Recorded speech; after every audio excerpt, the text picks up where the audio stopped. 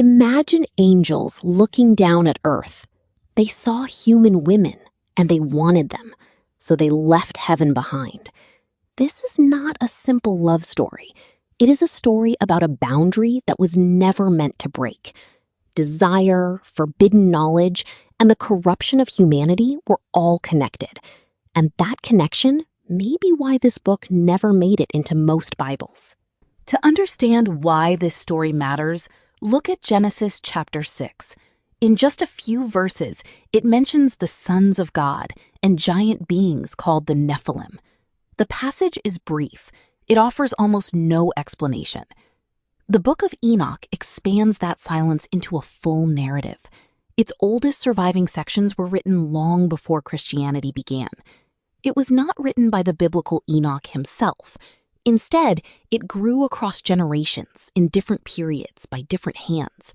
Fragments of it were found among the Dead Sea Scrolls, proving ancient Jewish communities read and copied it. Today, the Ethiopian Orthodox Tewahedo Church still treats it as scripture. Most Jewish and Christian traditions do not. Scholars still debate why one community preserved it while others let it fade. So is this an expanded interpretation of Genesis, a lost tradition, or something stranger still? The Book of Enoch is also called First Enoch. It survives in full only in Ge'ez, an ancient Ethiopian language. Scholars believe it was compiled from several major sections, written across different centuries. Some parts are older, some were added later. This layered structure explains why the tone shifts throughout the text. The oldest fragments we possess were discovered at Qumran, alongside the Dead Sea Scrolls. Those scrolls were hidden in desert caves near the Dead Sea, likely by a Jewish sect over 2,000 years ago. Finding Enoch among them confirmed something important. This story was not obscure. It circulated widely in the ancient world. But the scrolls only preserve fragments. The complete story survived somewhere else entirely. At the center of that story stand the Watchers. They were heavenly beings assigned to observe humanity from above. According to the text, their leader was named Semjaza. He feared something specific. He worried the others would abandon their plan before it was fulfilled. So the Watchers made a pact. They bound themselves together with an oath. Breaking that oath meant no one could turn back. Their descent is tied to a real place, Mount Hermon on the border of ancient Syria and Lebanon. The mountain's name in the text's telling is even linked to that very oath. 200 Watchers are said to have descended together, unwilling to act alone. This was not a spontaneous fall. It was a deliberate, collective decision. Once on Earth, the Watchers approached human women. The text describes union, not courtship. There is little language of tenderness here. Instead, there is desire, transgression, and possession. Calling this falling for love softens something the original story treats as far more troubling. The Watchers wanted what did not belong to them, and they took it, regardless of consequence. That distinction matters. It changes how we should understand everything that follows. From these unions came the giants. Ancient tradition calls them the Nephilim, the same beings mentioned briefly in Genesis 6. Interpretations of that verse differ sharply among scholars and religious communities. Some read the sons of God as heavenly beings, exactly as Enoch describes them. Others believe the phrase refers to human rulers, claiming divine status for themselves. Still others connect it to the descendants of Seth, contrasted against a corrupted human line. The Book of Enoch takes the most dramatic path. Its giants grow enormous, violent, and impossible to control. They consume everything humanity produces. When crops run out, they turn against people themselves. But the giants were not the story's final consequence. The Watchers brought something even more dangerous than offspring. They brought forbidden knowledge. According to the text, they taught humans to forge weapons of war. They revealed enchantments and the secrets of astrology. They showed people how to read signs in the sky for hidden meaning. One Watcher in particular, named Azazel, became associated with this corruption. He is linked to weapons and to ornaments and cosmetics that fueled vanity and deceit. Other Watchers are named as well, each tied to a different secret they revealed. The offense here runs deeper than simply crossing from heaven to earth. It is about revealing knowledge humanity was not prepared to hold. Power given too soon can become a weapon against its own recipients. This corruption sets the stage for coming judgment, tied closely to the biblical flood tradition. The earth itself, the text says, cried out under the weight of what had been unleashed. As punishment approaches, the condemned watchers turn to Enoch. In the narrative, he becomes a messenger between their world and the divine realm. They ask him to carry a petition upward, a plea for forgiveness. They still believed reconciliation might be possible. Enoch delivers their request, but the answer he brings back is not the one they hoped for. Their petition is rejected outright. Enoch must return, not with mercy, but with sentence.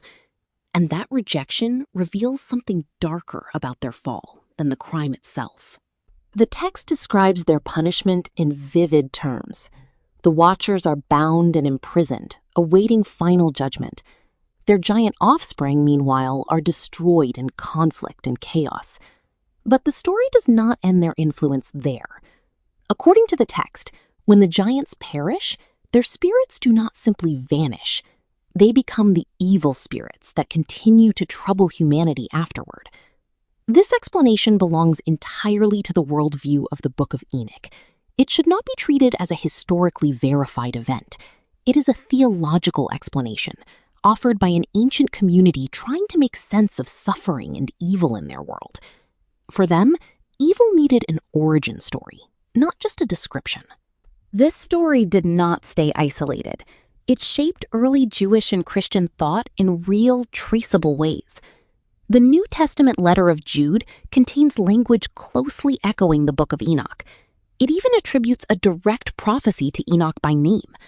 That connection is significant. It shows this tradition was known and respected by early Christian writers. Some early theologians even debated its status openly, uncertain how to classify it. But quotation is not the same as canonization. A text can influence religious thought without every community accepting it as scripture. That distinction explains much of what happened next.